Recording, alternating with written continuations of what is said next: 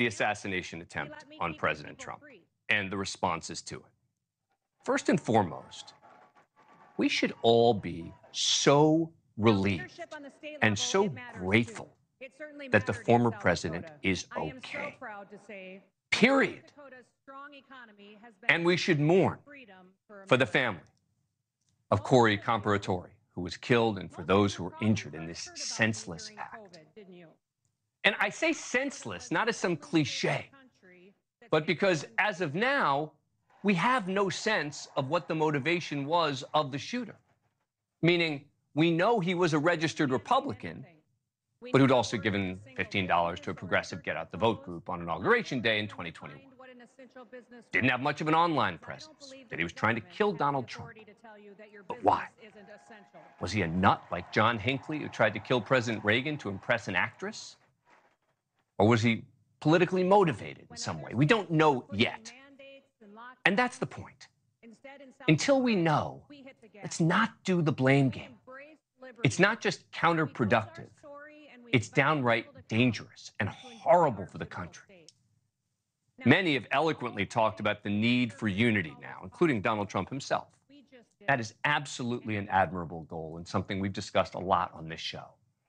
But for today, I'll leave that to the many others who've called for it. Yet others on both sides of the aisle, including President Biden, have denounced any sort of political violence. They too are, of course, right. But it sometimes feels like unity and denouncing violence can become too easy to just say. And while there isn't a solution per se, one thing we can start with is some accountability for those who use an event like this to feed into the anger and the divisiveness. We saw it on both sides of the aisle. From the left, we saw some grotesque commentary from a staffer for Democratic Congressman Benny Thompson in Mississippi, self-described diehard Democrat Jacqulyn Mara, posting and then deleting, quote, "I don't condone violence, but please get you some shooting lessons so you don't miss next time." Oops, that wasn't me talking. Keep in mind, her boss is the ranking Democrat on the House Homeland Security Committee, who had actually put forward legislation to remove Secret Service protection from President Trump if he was to be convicted and sentenced to at least a year in prison.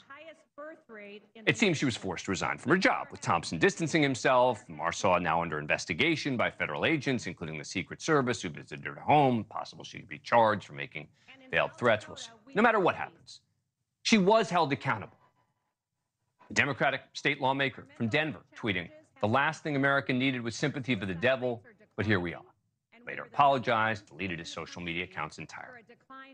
And on the right, with absolutely nothing to support it, some much more prominent members of Congress immediately pointed the finger at President Biden and Democrats, including, by the way, Donald Trump's newly announced running mate, Senator J.D. Vance. Writing hours after the shooting, the central premise of the Biden campaign is that President Trump is an authoritarian fascist who must be stopped at all costs. That rhetoric led directly to President Trump's attempted assassination. There was Republican Congressman Matt Gaetz, quote, "They tried to impeach him. They're trying to imprison him. Now they've tried to assassinate him." Marjorie Taylor Greene, quote, "Democrats wanted this to happen." Representative Mike Collins of Georgia, "Joe Biden sent the orders, and the Republican district attorney in Butler County, Pennsylvania, should immediately file charges against Joseph R. Biden for inciting an assassination." File charges. These are members of Congress. Listen to Colorado's Lauren Boebert make reference to a passing comment that President Biden made a week ago to donors as he tried to get his allies to move on from his disastrous debate and focus on beating Donald Trump in the election. Biden saying, quote, "I have one job, and that's to beat Donald Trump. I'm absolutely certain I'm the best person to be able to do that. So we're done talking about the debate. It's time to put Trump in a bullseye."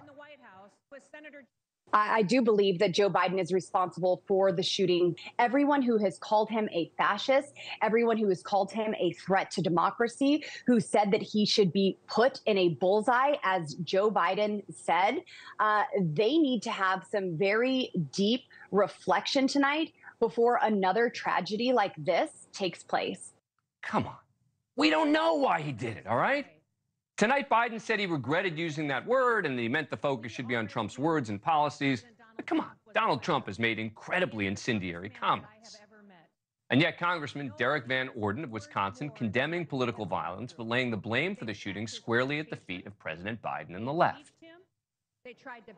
When the current president of the United States speaks so viciously about his primary political opponent, this is the type of thing that's going to happen. Sean Davis, the CEO and co-founder of The Federalist, a popular conservative online magazine, said, quote, "The only question that matters, the only question that needs to be answered is who in the Biden regime authorized or allowed the assassination attempt on Trump. We all know why this happened." Again, where is the accountability for these totally dangerous and unsupported comments?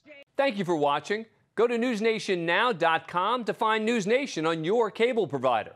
And don't forget to click the red subscribe button below to get more of NewsNation's fact-driven, unbiased coverage.